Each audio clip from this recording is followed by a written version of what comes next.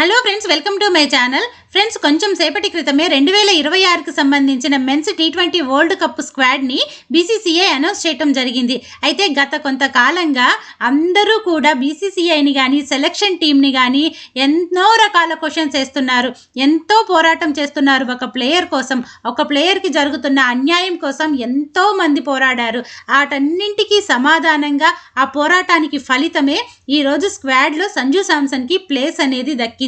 అయితే అఫీషియల్గా దక్కింది. ఈరోజు నేను అఫీషియల్ అనే పదం ఎందుకు వాడుతున్నానంటే, అతన్ని తెలివిగా గత కొంతకాలంగా ఏం చేస్తున్నారంటే, టీంలోకి అయితే తీసుకుంటున్నారు కానీ అతనికి ఆడే అవకాశం మాత్రం ఇవ్వట్లేదు. శుభ్మన్ గిల్ని తీసుకొని అతన్ని వైస్ కెప్టెన్సీగా చేశారు.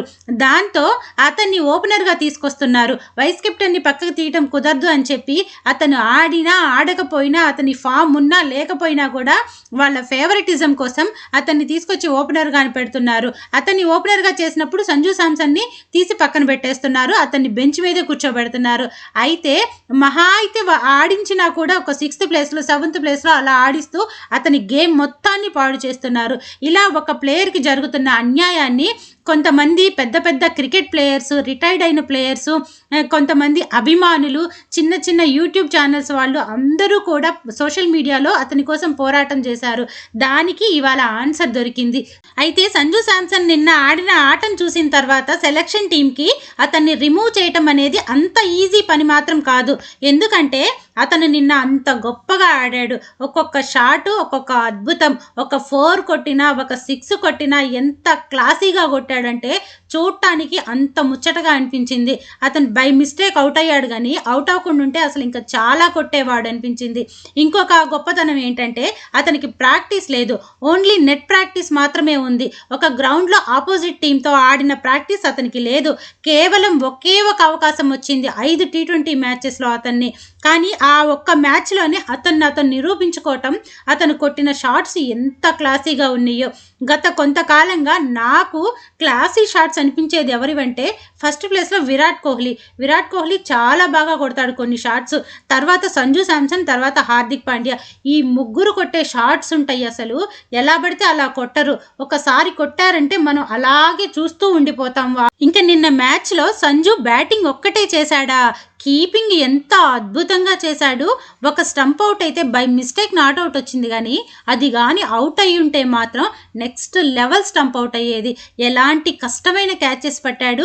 ఒక ప్లేయర్ని టీంలోకి తీసుకోవటానికి ఈ పెర్ఫార్మెన్స్ అనేది సరిపోదా? మంచిగా షాట్స్ కొడుతున్నాడు, మంచిగా కీపింగ్ చేస్తున్నాడు, క్యాచెస్ పడుతున్నాడు. ఈ పెర్ఫార్మెన్స్ అనేది సరిపోదా? కానీ రిమూవ్ చేయాలంటే ఏ కారణం లేకుండా రిమూవ్ చేసేస్తారు. ఇలాంటివన్నీ కూడా మనం గట్టిగా అతని వైపు నిలబడి క్వశ్చన్ చేశాం కాబట్టి ఈరోజు సెలక్షన్ టీం అతన్ని తీయాలి అనే ఆలోచన కూడా వాళ్ళ మనసులోకి రానివ్వలేదు. ఇంకా అఫీషియల్గా అతన్ని ఓపెనర్గా ఫిక్స్ చేసింది. ఇలా ప్రశ్నించాలి. ఒక ప్లేయర్కి అన్యాయం జరుగుతుంది అంటే నిజంగా మనం గట్టిగా నిలబడి ప్రశ్నించగలగాలి. అయితే నిన్న జరిగిన మ్యాచ్లో సంజు శాంసన్ గురించి మాట్లాడుకున్నాం కదా, అలాగే ఇంకా 2 ప్లేయర్స్ గురించి కూడా మాట్లాడుకొని తీరాలి. వాళ్ళు ఎవరంటే తిలక్ వర్మ, హార్దిక్ పాండ్యా. అసలు వీళ్ళిద్దరూ ఏమన్నా హిట్టింగ్ చేశారా? ఎంత బాగా ఆడారు వాళ్ళు. ఇద్దరు ఒక్కొక్క షాట్ కొడుతుంటే భలే ఉండింది. అసలు కొంతకాలంగా వీళ్ళిద్దరు భలే ఫామ్లో ఉన్నారు. ఇదే ఫామ్ కానీ వరల్డ్ కప్లో కూడా చూపించారంటే ఆ వరల్డ్ కప్ మనల్ నుంచి ఎవ్వరూ తీసుకోలేరు. ఇంకా మనదే కప్పు ఫిక్స్ అయిపోవచ్చు. అయితే బీసీసీఐ ఇందాక అనౌన్స్ చేసిన స్క్వాడ్ గురించి ఒకసారి చూద్దాం. ఆ స్క్వాడ్లో సూర్యకుమార్ యాదవ్ని కెప్టెన్గా అలాగే ఉంచారు. అయితే ఇప్పటికిప్పుడు అతను ఫామ్లో లేడు అని కెప్టెన్సీ నుంచి తీసేయటం కూడా కరెక్ట్ కాదు అనుకున్నారేమో, కానీ అతనికైతే కెప్టెన్సీని అలాగే ఉంచేశారు. ఇంకా మేబీ ఆ టైంకి ఏమన్నా పికప్ అవుతాడేమో చూడాలి. ఇంకా అభిషేక్ శర్మ, సంజు శాంసన్ అయితే ఓపెనర్స్, ఇది ఫిక్స్. నెక్స్ట్ 1 డౌన్లో తిలక్ వర్మ, తర్వాత హార్దిక్ పాండ్యా, శివం దూబే, అక్షర్ పటేల్, రింకు సింగ్. ఇక్కడి వరకు ఓకే. కానీ నాకు ఇక్కడ ఒకటి అనిపించింది ఏంటంటే, అక్షర్ పటేల్కి వైస్ కెప్టెన్సీ ఇచ్చారు కదా, అది హార్దిక్ పాండ్యాకి ఇస్తే బాగుండేమో అని నాకు అనిపించింది. ఎందుకంటే హార్దిక్ పాండ్యాకి కొంచెం ఎక్స్పీరియన్స్ ఉంది, కెప్టెన్సీగా చేసే ఇది అతనికి ఉంది కాబట్టి అతనికి ఇస్తే బాగుండేమో అనిపించింది. బట్ వాళ్ళ రీజన్స్ వాళ్ళకు ఉంటాయి. నెక్స్ట్ ఇంకా బౌలింగ్ టీం వస్తే Bumrah, Harshit Rana, Harshdeep Singh, Kuldeep Yadav, Varun Chakravarthy, Washington Sundar and Ishan Kishan. Bowling team కూడా బాగుంది, ఇబ్బంది ఏం లేదు. అయితే ఇక్కడ ఇంకొక విషయం ఏమనిపించిందంటే, వికెట్ కీపర్కి బ్యాకప్గా ఇషాన్ కిషన్ని తీసుకొచ్చారు కదా, అయితే ఇతనికి ఈ మధ్యకాలంలో అంత ప్రాక్టీస్ అయితే లేదు. ఐపీఎల్ తర్వాత ఇంకా నాకు తెలిసి ఆడలేదని అనుకుంటున్నాను. ఈ ప్లేస్లో కానీ ఇప్పుడు ఫామ్లో ఉండి బాగా కీపింగ్ చేస్తూ బ్యాటింగ్ చేయగల ఇది ఉన్న జితేష్ శర్మని కానీ తీసుకుంటే బాగుండేమో అని నాకు అనిపించింది. ఓకే, ఎనీవే టీం అయితే మాత్రం చాలా చాలా బాగుంది. అందరూ కొంచెం ఫామ్లో ఉన్న ప్లేయర్సే. వీళ్ళందరూ కూడా మంచిగా పర్ఫామ్ చేసి మళ్ళా T20 వరల్డ్ కప్ ఇండియాకి రావాలని గట్టిగా మనందరం అనుకుందాం. అదే హోప్తో ఉందాం.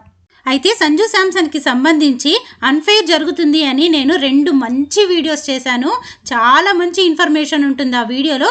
మీరు ఎవరైనా చూడటం మిస్ అయ్యి ఉంటే నేను ఆ వీడియోస్ని కార్డ్స్లో ఇస్తాను, తప్పకుండా చూడండి, చాలా చాలా బాగుంటాయి. ఇంకపోతే నేను ఇప్పుడు చేసిన ఈ వీడియో కనుక మీకు నచ్చినట్లయితే మీ అభిప్రాయాన్ని కామెంట్ సెక్షన్లో తెలియచేయండి. అలాగే నా వీడియోకి ఒక్క లైక్ ఒక హైప్ చేసి నన్ను సపోర్ట్ చేయండి. మీరు చేసే ఒక్క లైక్ ఒక హైప్ వల్ల చాలామందికి వీడియో సజెస్ట్ అవుతుంది, ఇంకా చాలామందికి కొంత ఇన్ఫర్మేషన్ అనేది తెలిసినట్లు అవుతుంది. ఇకపోతే మీరు ఇలాంటి ఇన్ఫర్మేషన్స్ అన్నీ మిస్ అవ్వకుండా ఉండాలంటే నా ఛానల్ని సబ్స్క్రైబ్ చేసుకొని నన్ను సపోర్ట్ చేయండి. Thank you friends.